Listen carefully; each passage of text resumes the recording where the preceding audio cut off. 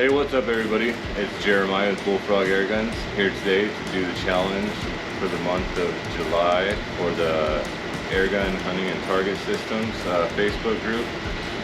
So this month's challenge is the glory hole, and so what I did was I have this, instead of a balloon, I have this spray paint, unused vinyl wrap, red, and I have a 5/16 inch hole right here in the steel plate, and I'm going to hit that with a 25 caliber.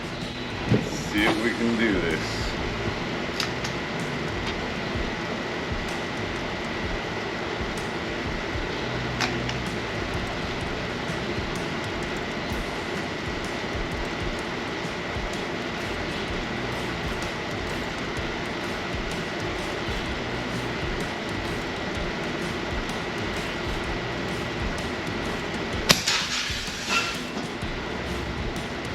Bam, first shot.